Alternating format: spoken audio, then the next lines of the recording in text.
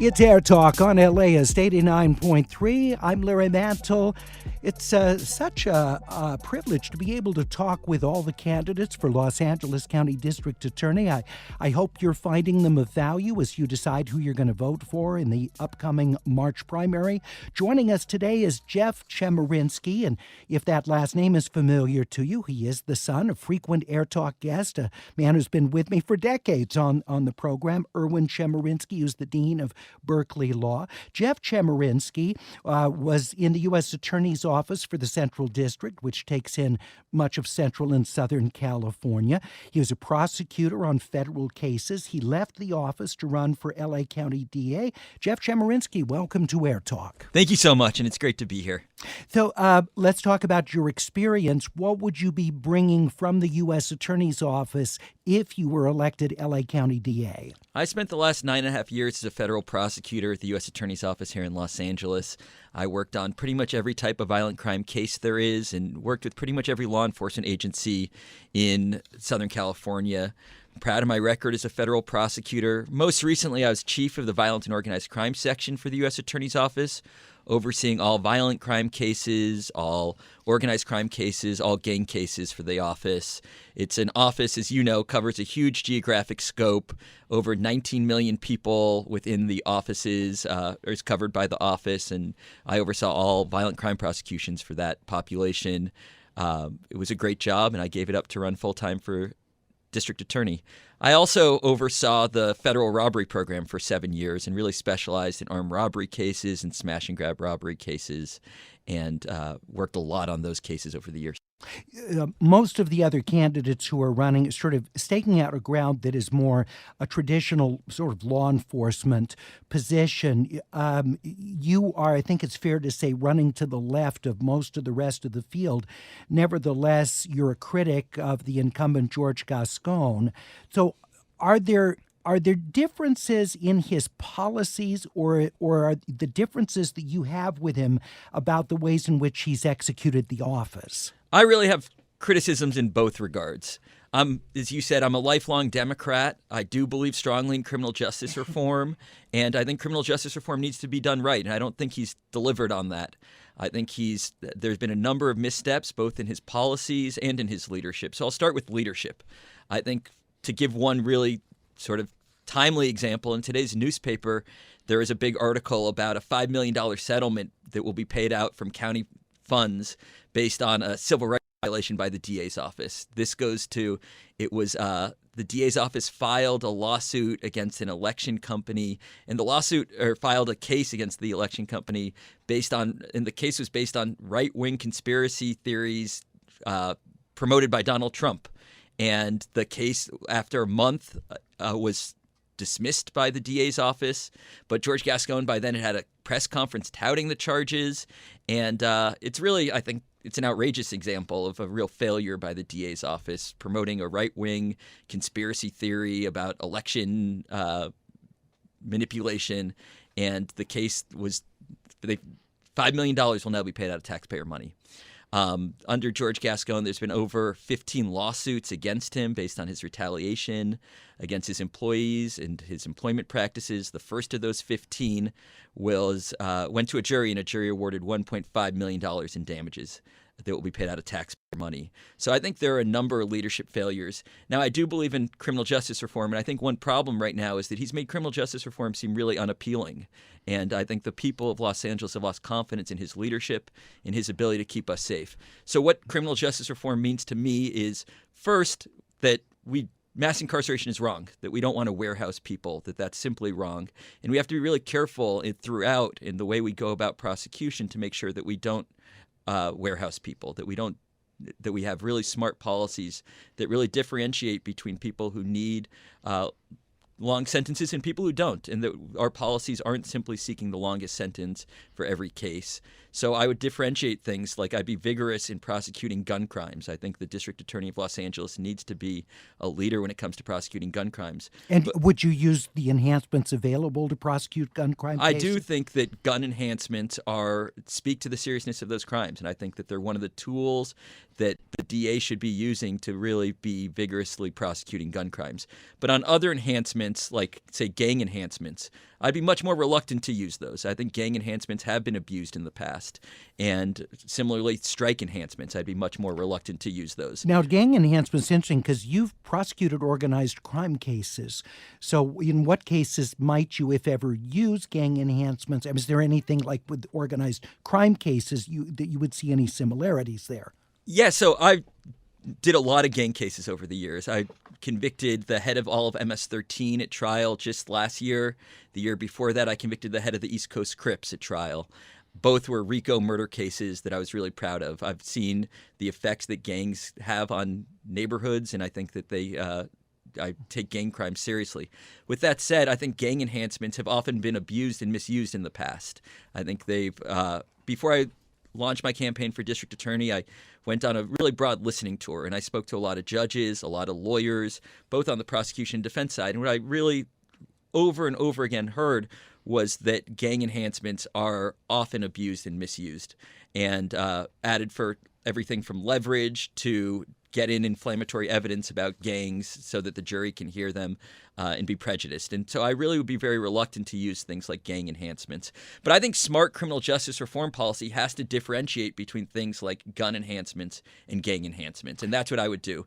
George Gascon. Yeah, Can you please. just hold that thought? I want to reintroduce. We're talking with Jeff Chemerinsky, who's former assistant U.S. attorney. He's candidate for Los Angeles County District Attorney, one of the 12 candidates for office, including the incumbent George Gascon, who is seeking re-election. So you're just going to say about George Gascon? He didn't differentiate between things like gun enhancements and gang enhancements. And I think that's a major mistake. His policies on day one were abrupt and inflexible, and he had to largely repudiate a lot of the reforms that he tried to implement. I think I would be a much more effective reformer than our current district attorney. In large part, he's isolated himself. I think a lot of leaders locally don't want to partner with him because he's seen as such a polarizing figure. And I don't think that needs to be the case. I believe that I can be a reformer as a lifelong Democrat and a prosecutor who can really collaborate with others within the community, within the office, and within law enforcement. And I think that's exactly what we need at this moment. Jeff, let's talk about the morale problem within the DA's office, which I think pretty much anyone would see is the case. You'd be coming in from the outside as opposed to many of the other candidates who they're either in the DA's office or dealing with the DA's office from the bench or other positions. You'd be an outsider if you were elected. So how would you deal with the challenge that might present to bring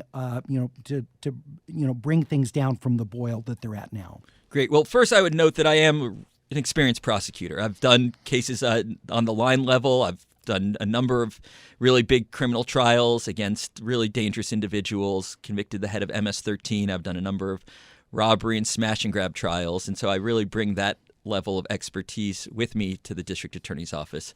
I was also just recently chief of the violent and organized crime section, so I have a really close relationship with law enforcement leadership throughout the county, and I've worked with them in partnership, but that doesn't mean always giving them what they want. It means being a true partner to them, sitting down with them, talking to them, listening to them.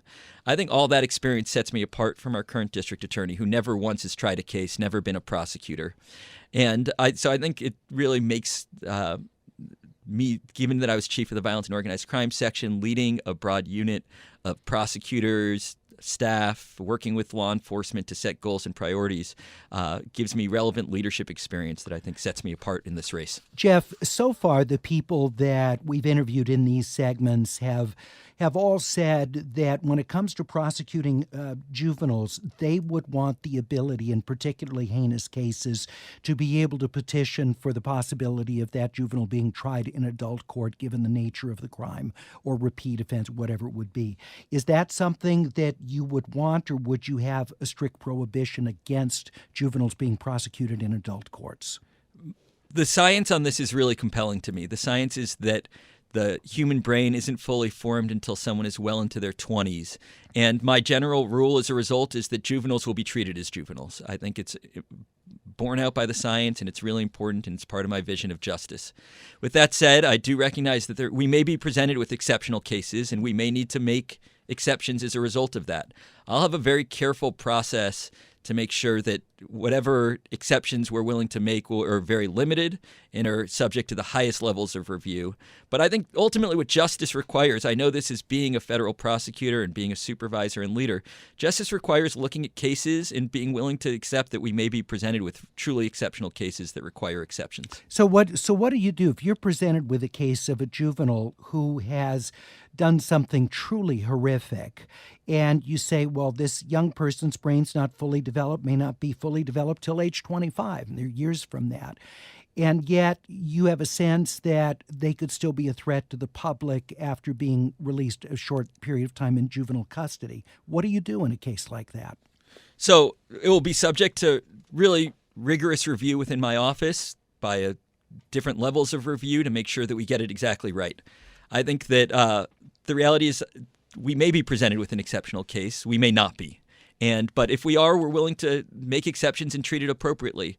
But we'll also be willing to revisit it. And I've dealt with offenders who are younger, and I've made exceptions for them. I've taken into account that they may age out of the area or the age where they are a danger to the community. And the best you can do is really look at the facts of the case and be willing to make exceptions. But even in those cases where you have a juvenile who, say, needs to be treated as an adult, I still would anticipate looking at the juvenile's young age as a mitigating factor at charging, sentencing, pleading at every stage. We're talking with Jeff Chemerinsky, candidate for Los Angeles County District Attorney, formerly in the U.S. Attorney's Office based in Los Angeles as a prosecutor there. I wanted to ask you about prosecuting officer-involved shootings. 15 officers have been prosecuted in the 4 years of George Gascon's term. That compares to just 2 officers prosecuted in the previous 2 decades. What do you think of the cases that the current DA has decided to prosecute, and do you think his approach is better than his predecessors on this? Yeah, so I think police accountability is really important for the DA's office. I think that it's really important that the police, that from the DA's office, that the DA's office is both a partner to law enforcement and at times is willing to be a check on law enforcement. It's part of the role that the DA's office needs to play and that I'd be prepared to play. The reality is that I come from the U.S. Attorney's Office, which has a strong culture of police accountability and civil rights prosecutions, and I would really prioritize those cases along with others.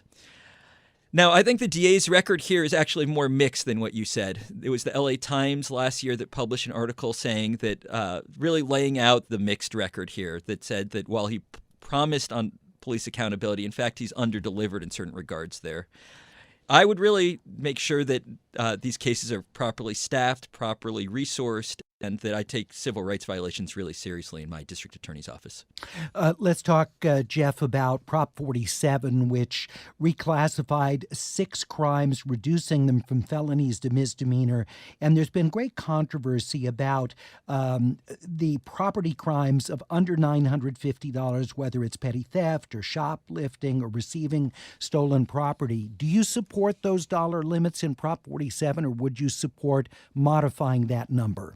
So Prop 47 increased the felony threshold from $400 to $900. I think that was a fine change is the reality. About 37 states have thresholds that are even higher than $900, including Texas that has a threshold of $2,500. So I don't think the threshold change was a real problem. Now, with that said, I do think that as DA, there needs to be consequences even for misdemeanor offenses, that repeated thefts are really serious, and as DA, I would be serious about having there be consequences for people who repeatedly steal. So just because something's a misdemeanor doesn't mean it has to have no consequences. And that's how I would view the law. The reality is, even if I wanted to change Prop 47, that's not a change the DA could do. The DA does have tools to prosecute crime and to take it seriously, and that's how I would respond. We're getting tight on time, but I wanted to ask you about quality of life crimes that the DA's office really isn't prosecuting, but can be something that in neighborhoods are seen to be a significant problem. Would you, if you were elected, go back to prosecuting those crimes? I would take a really careful approach to this. I think when I talk to different communities in different areas, I often hear about these quality of life offenses that are really affecting neighborhoods throughout our county. And I take them seriously. I think people need to feel like the law is working. And I think right now so many people in the county feel like the law simply is not working. I think people in the county have lost confidence in our current district attorney to keep them safe. And I think it's really important that the district attorneys speak to the needs of the communities. And I do think that quality of life offenses need to have consequences. And that doesn't mean, of course, seeking the longest sentence. That doesn't mean consequence has to be jail time. But I do think that if people violate the law, especially people violate the law repeatedly, there should be consequences. And that can mean diversion, can be drug rehabilitation, it can mean mental health services. But I do believe in consequences, including for quality of life, that I am the prosecutor and reformer that our county needs at this moment. I've been endorsed by the League of Conservation Voters, the environmental group, the leading environmental group that's endorsed in this race, by the Hollywood Chamber of Commerce, by our city attorney, Heidi Feldstein-Soto, by Connie Rice, who's the leading civil rights attorney in our area, by former Congressman Henry Waxman, former Congressman Mel Levine, former Congresswoman Yvonne Burke. I believe I'm the leading Democrat in this race and the best Democrat in this race, and I'd love to have your support. Jeff Chemerinsky, thank you for being with us. Appreciate it very much.